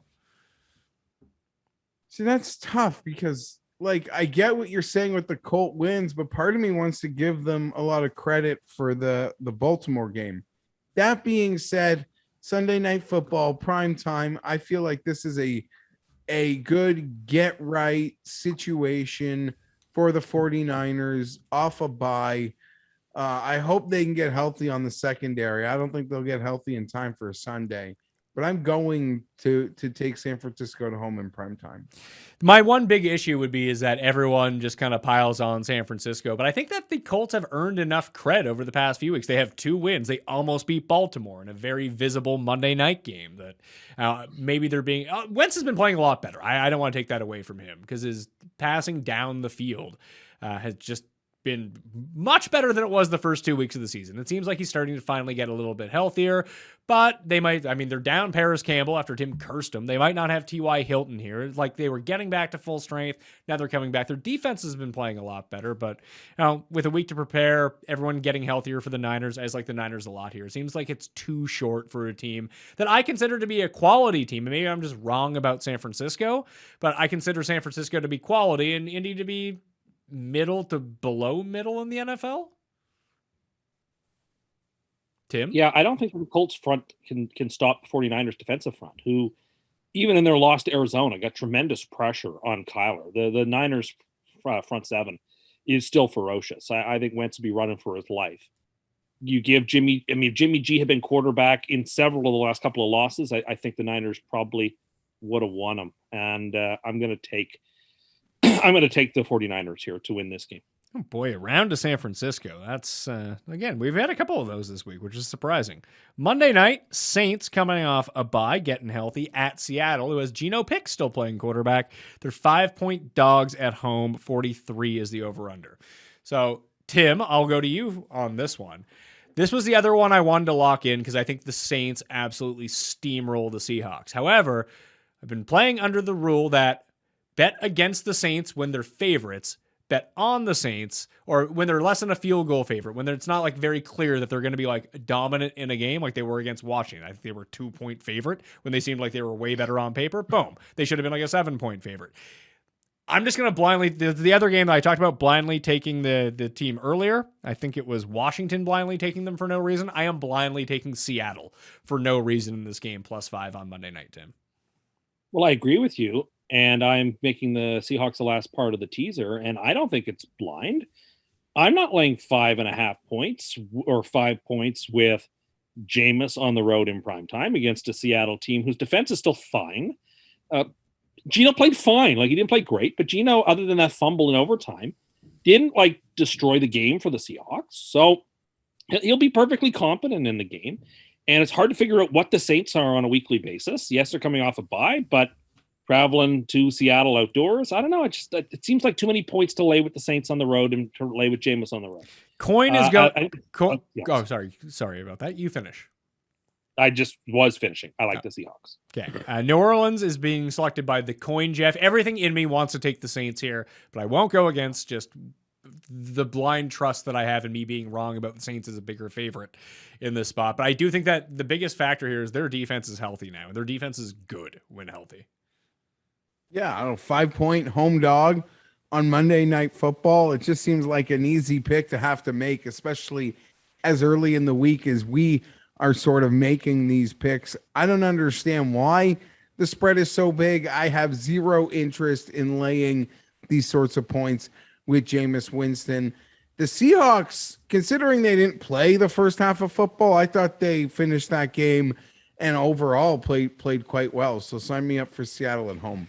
This is a game where I might change my tune once it gets to Monday and I see because I mean, if you play just bet the opposite of the betting splits in primetime last week, you won a ton of money. Everyone was on Tampa to cover. They didn't cover. Everyone was on the Bills to cover. They didn't cover. And then what the hell was Sunday night? What was the Sunday night game last week? Seattle-Pittsburgh. Seattle-Pittsburgh. Everyone was on Pittsburgh to cover that spread. Seattle covered. So I don't know if this gets to a situation where now everyone's on Seattle because they saw them be frisky in prime time. I'd be prone to change my pick here, even if the spread goes up to 5.5. Like, as long as it stays below 7, I do, like, in my heart feel like the Saints are going to destroy Seattle, but I'm going to try to use my head on this one and take the Seahawks because I feel like that's the better 5 points at home. Just seems like too much to me. It's a weird week. Yeah, well, it's also with 6 teams on bye. There's just 3 fewer games than usual, too. And there's only 2 teams on bye next week. Like, that's so strange. It is weird. Maybe stuff got moved around because it seems like both, I guess, Jacksonville opted into the bye week, but Miami opted out of the bye week. So maybe that screwed things up. Potentially. It could have. I can't really explain it. How hard must it be to make the NFL schedule? An impossibility. I don't know about that because they do it every year. I know, but I'm being hyperbolic. It must take to learn how to do it. Once you learn how to do it, you probably have. Well, I'm sure it's not a guy sitting there doing it by hand, Tim. I'm sure there's computer programs to figure this out for them. Yeah, but someone's got to input all the data, and I don't know. Like, I'm sure it's incredibly hard. Yeah, there's like a documentary on that, or like good 8. There 10 was minute years ago, and it was videos. all done by hand. No, but even still, how they use the computers, but they have to make their own sort of things, and then red flags, and they try not to, put teams in totally unfair, consistent spots. Like Tim assumes the Jets get put into, so it's tough. Superlocks for the week. I am 5-1. Geoff is 4-2. Tim is 2-4. But Tim, you won last week, so you can go first. Okay, I'm going to take the Green Bay Packers minus 9.5. Green Bay minus 9.5. Oh, we're on the other side of Tim in that game. All right, Geoff, where are you going?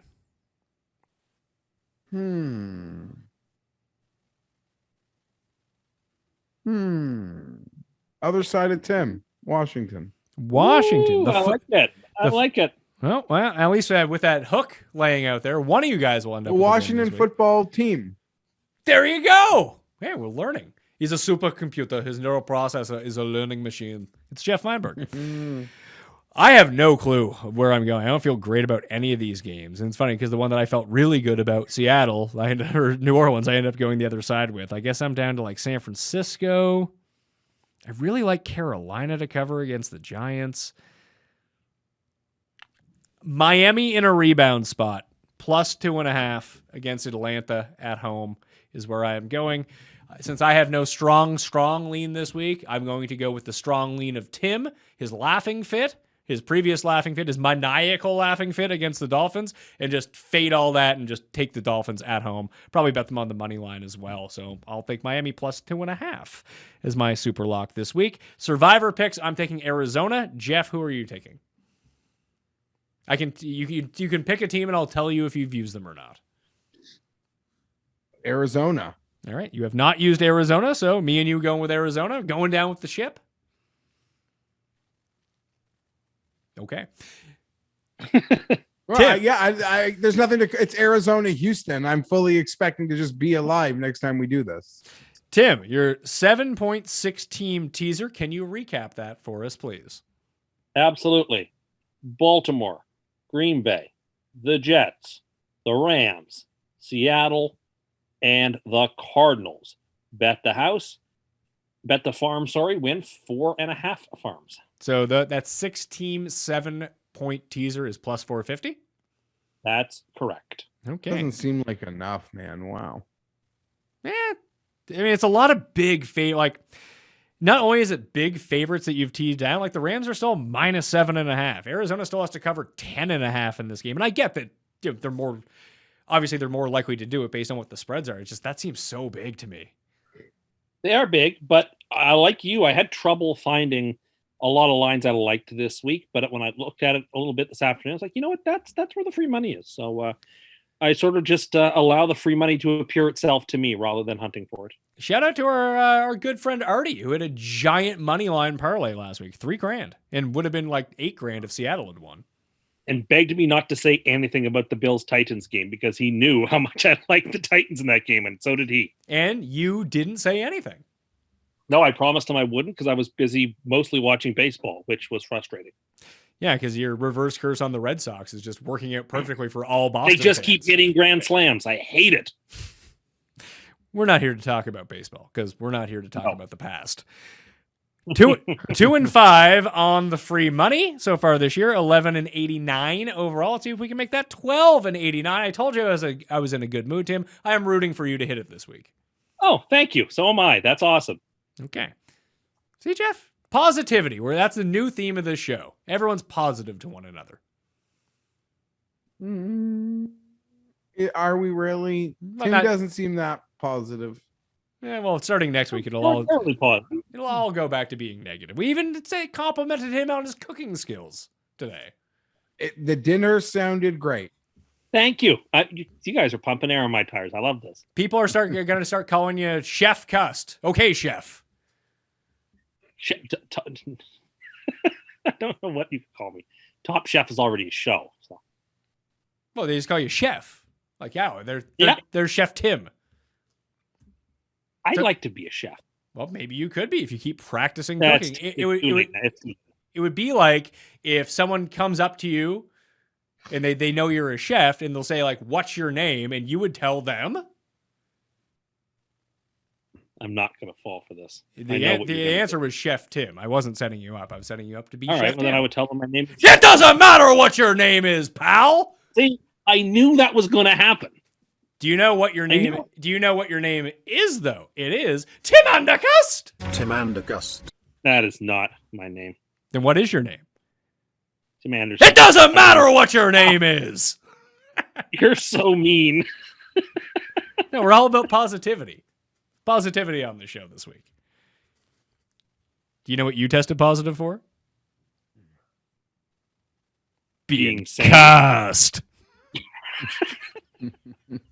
Geoff Fienberg, what you got going on this week? Usual golf picks at Odds Checker. We're gonna do a little golf talk here as well on Mayo Media, Fine Bolt, and I'm off to California, San Diego for a week plus with the family. So nothing but smiles here. Driving up and going to a game? I am going to the Patriots game on Halloween. Chargers Patriots. That is, in my mind, I've built it as some sort of pilgrimage of that, like my first trip to SoFi, the first time these eyes lay sight on Justin in person. I sort of feel like Rudy's dad, to be perfectly honest. Rudy from the first season of Survivor?